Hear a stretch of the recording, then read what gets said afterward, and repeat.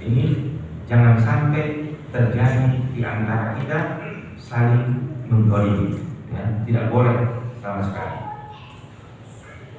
Wa qala sallallahu alaihi wasallam, dan juga disabdakan oleh Rasulullah sallallahu alaihi wasallam, ittaqu dzulma fa inna dzulma dzulumatun yawmal qiyamah.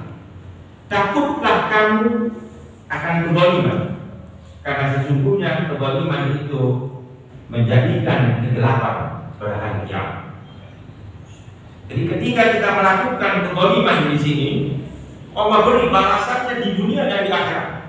Tidak ada satu orang pun yang berbuat zalim kemudian lolos di dunia dan di akhirat, tidak. Dia pasti dapatkan azabnya di dunia dan juga mendapatkan azab di akhirat. Dan Allah tegas dari di atas mengatakan, nutikhu adzaban kabir. Dia akan merasakan azab yang besar. Jadi pasti akan terjadi di dunia dan di akhirat, dampaknya akan terasa. Ketika kita berbuat baik kepada seseorang, maka mungkin besar akan mendapatkan kebaikan dari orang di dunia, tapi di akhirat sudah pasti. Tapi bagi orang yang berbuat kezaliman di dunianya dia akan mendapatkan merasakan azab, dan juga di akhiratnya akan mendapatkan azab double.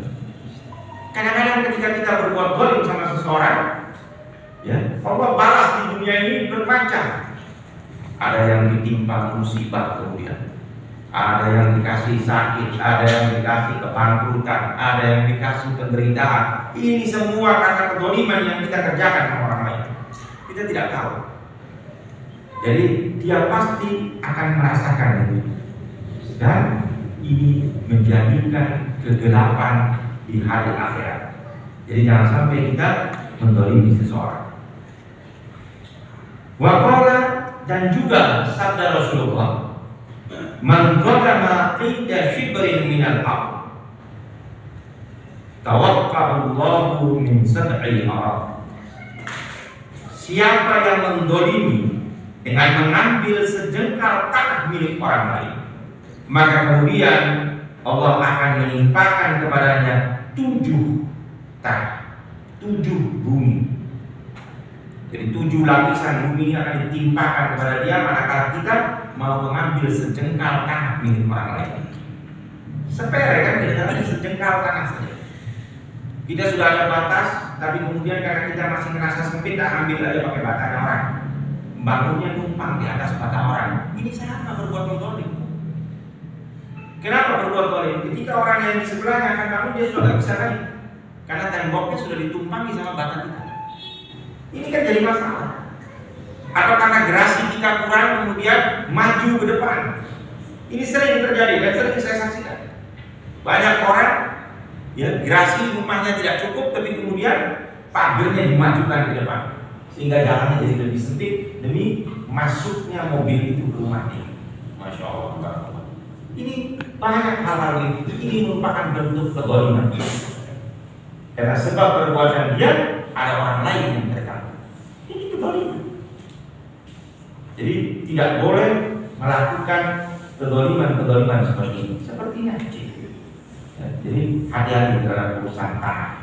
Ya, jangan gampangkan kalau sudah ada batas, ya sudah batas, jangan digeser-geser. Ya, masih mending punya kita yang ambil daripada kita ambil punya orang lain. Ya.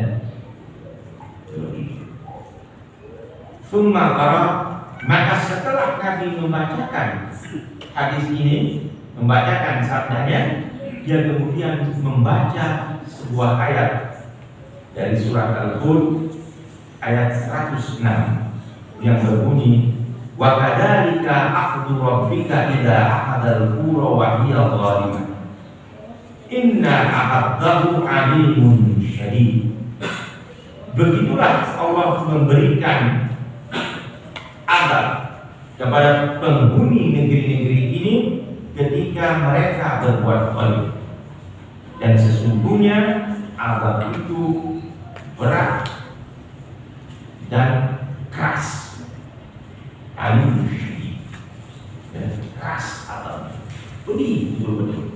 Jadi bukan azab yang ringan terhadap perbuatan zalim. Karenanya kita harus menjauhkan sifat ini, karena ini merupakan bagian dari akhlak yang tercela.